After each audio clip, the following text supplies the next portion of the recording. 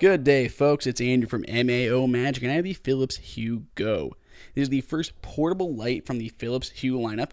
It can work with the bridge if you have that for all the other fancy things that a Hue does, or it can be independent. You can simply use it as it is with the button on the back as a nice little portable lamp. It can be plugged in all the time and just have it as a nice lamp you can turn on and off, or you can maybe carry it around, whether it be for a bedside lamp or out in the living room while kids playing some games at night, or maybe outside for a nice little lampside dinner out on the patio in the evenings. Inside the box itself, you will have the lamp, obviously, and you have a power cable. Obviously, the power cable is for charging as well as keeping it around anytime that you're not going to be toting it around the house with you. And then you're going to have a nice little quick start guide. This is going to show you all the different ways that you can control the lamp from the lamp itself. There are quite a few of them, and we're going to go over those in a minute, but it is a little bit unwieldy. Like, there's a lot of different combinations of ways that you can control this, all with one single button. Now, the first thing that I noticed when I unboxed the Go for the first time is it's a bit smaller than I maybe would have imagined, especially kind of seeing the pictures and stuff. It looks a little bit larger than I would have thought. Now, there does a little bit of a stand on the bottom, which allows you to not only prop it up on its end, as well as lay it down flat, so it's not going to go rolling across your table. This is very handy. However, I do wish this cord placement was a little bit better. So we have this little cord here, which not only is kind of large on the transformer end plugging into the wall, which is a little bit unwieldy and kind of annoying, but you do have that really long proprietary cable to plug into the really deep power adapter inside of the Hue Go itself.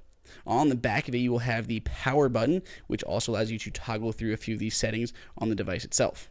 Now, it does have a very good modern design with the kind of clear around the outside and then the white finish on the front. Now, that is not glass, even though it is very solid. It is just a kind of a polycarbonate blend.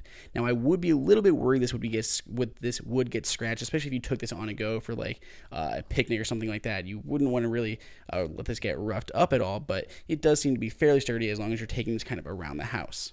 Now, this will prop up on its end like this, and it works a lot better propped up without the cord inside. Now, once I put the cord in, and I will put it in kind of at an angle, so like it's tilted at the end, I would put that going out to the side, and it will hold this way, but it's not sturdy enough for my liking. It is a little bit kind of off kilter there, and if I would bump it a little bit, it's very easy to kind of just fall back. Now, it isn't enough that's probably going to like fall off of your table because it's going to fall backward, not forward, so it's not going to fall and roll onto the floor, but I would be a little bit worried. If something kind of bumps that cord just a little bit, which is coming out of the front basically, it is enough for it to simply fall back onto itself. And seeing as this is not the lightest light that you may have around, I would be a little bit disconcerted with that. So now that we've actually got the hardware set up here, we're going to go ahead and hook it up and turn it on for the first time. So I do have it plugged in now, and when you plug it in for the first time, it will power up and it will light up for you. And if you don't have a bridge, you can use it just like this. Using that button on the back, there are a lot of different commands. You can simply press it one time and it'll keep cycling through. Just keep pressing the button and it'll cycle through several different options for you, like natural white light, cozy candle, Sunday coffee, meditation, enchanted forest, and night adventure. So a lot of different options that you may have just from the device itself. Now, if those are not to your liking, you can simply cycle through all the colors. You press the button twice and then hold, and it'll jump to the next color, and you simply keep repeating that until you find a color that you would like. Once you let go, it'll stay on that color.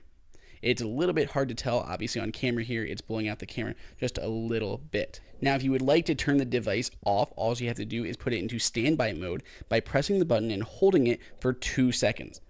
After you hold it for 2 seconds, it will just power down into standby mode, which means it can still receive commands. So if that's from the app or anything like that, you can still receive those commands, those alerts, those timers. But if you want to turn it completely off, you can simply hold it down for 10 seconds. So I've hold it down for 5 seconds here, hold another 5 seconds, and it's going to flash twice and then power down. When it's completely powered off, it will no longer receive commands or timers or alerts, anything like that from the app that you may have set up. When it is in standby mode, after 2 hours of inactivity, it will completely shut down to preserve battery life. As far as battery life goes, you'll get about 3 hours, and it'll take about an hour and a half to completely fill up and charge.